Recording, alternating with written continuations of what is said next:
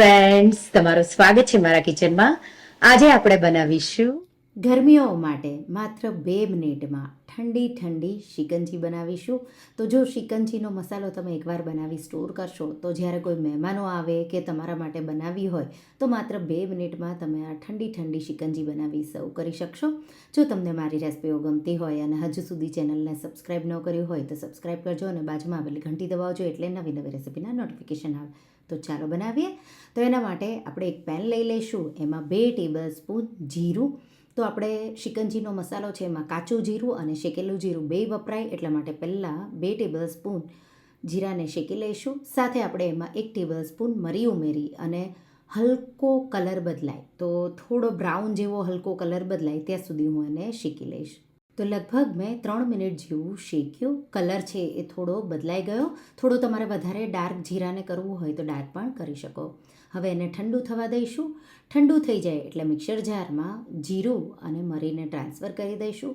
હવે સાથે આપણે એમાં કાચું જીરું પણ ઉમેરવાનું છે. તો 2 ટેબલ સ્પૂન કાચું જીરું ઉમેરી દઈશું. 1 ટેબલ સ્પૂનથી થોડું ઉપર સંચળ, તો એનાથી બહુ ચટપટો એવો ટેસ્ટ આવશે. તમને થોડું વધારે જોવે તો વધારે પણ ઉમેરી શકો.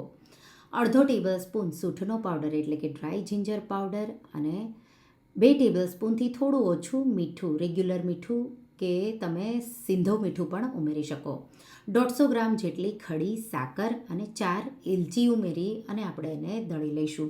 અહીંયા સાકરનું પ્રમાણ તમને શિકંજી કેટલી ગળી જોવે એ રીતે તમે વધુ ઓછું પણ કરી શકો. તો શિકંજીનો મસાલો છે એ મેં આવો દળી અને રેડી કરી લીધો. તો એકદમ પાવડર જ કરી લેવાનો છે. તો અહીંયા મેં 150 ગ્રામ સાકર લીધી છે. તમે 200થી 250 ગ્રામ જેટલી પણ લઈ શકો. ગળપણ તમારા ઘરમાં કેવી રીતે જોવે, શરબતનો ટેસ્ટ જોવે તો એ રીતે પણ લઈ શકો. આ રીતે શિકંજીનું પ્રીમિક્સ કોઈ એરટાઇટ બોટલમાં ભરી તમારે સ્ટોર કરી દેવાનું. હવે આપણે સબ્ઝા, તો સબ્ઝા કોને કહેવાય? આગળવાળા છે એ ચિયા સીડ્સ, પાછળવાળા બેઝિલ સીડ્સ. તો આપણે બેઝિલ સીડ્સ, ફાલુદો અને શરબતમાં બેઝિલ સીડ્સ વપરાય તો એ મેં લીધા છે 2 ટીસ્પૂન જેટલા એક બાઉલમાં. અને એમાં આપણે અડધો કપ જેટલું પાણી ઉમેરી 1 મિનિટ જેવું રેસ્ટ થવા દઈશું. હવે માત્ર તમે 1 જ મિનિટમાં તમારી શિકંજી તૈયાર થઈ જશે. તો સર્વિંગ ગ્લાસ લેશું.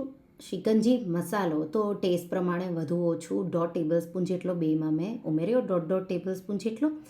અડધા મોટા લીંબુનો રસ, લગભગ 1 ટેબલ સ્પૂન જેટલો લીંબુનો રસ એક ગ્લાસમાં ઉમેર્યો. 1 ટેબલ સ્પૂન જેટલા પલાળેલા સબ્ઝા એટલે કે બેઝિલ સીડ્સ અને એમાં આપણે લીંબુના સ્લાઇસ 2 આ રીતે કરીને ઉમેરી દઈશું. આ રીતે ફુદીનાના પાનના પીસીસ કરી ઉમેરીશું. અને બરફને મેં કોઈ નેપકિનમાં લઈ અને એકદમ કોઈ ભારે વસ્તુ હોય એનાથી મારશો એટલે આવો ક્રશ આઈસ્ડ બરફનો ભૂકો રેડી થઈ જશે. એ મેં ઉમેરી દીધો. એ તમારે 1/4 કપ જેટલો ઉમેરવાનો છે. અને હવે તમારે ઠંડુ પાણી જોવે તો ઠંડુ પાણી, કે પછી તમારા પાસે સોડા હોય તો સોડા ઉમેરી દેવાની અને શિકંજી તમારી તૈયાર છે. આ રીતે જસ્ટ થોડુંક મિક્સ કરશો એટલે ઠંડી ઠંડી શિકંજી સર્વ કરવા માટે તૈયાર થઈ ગઈ. તો આ રીતે શિકંજી છે એ ઘરે બનાવવાનું બહુ સરળ છે. તમે એને સાદા પાણીમાં કે ક્લબ સોડામાં આ રીતે જો શિકંજી મસાલો તૈયાર હશે તો 2 જ મિનિટમાં બનાવી અને મહેમાનો કે ઘરના સભ્યોને સર્વ કરી શકશો. તો રેસિપી ટ્રાય કરજો અને મને કહેજો. તો તમને આ રેસિપી કેવી લાગી મને કમેન્ટમાં જરૂરથી જણાવજો. અને જો રેસિપી ગમી હોય તો વિડીયોને લાઇક કરજો, શેર કરજો અને મારા ચેનલને સબસ્ક્રાઈબ કરજો. અને આવી જે નવી રેસિપીઓ માટે તમે બેલ આઇકન બટનને પ્રેસ કરજો. Thank you for watching.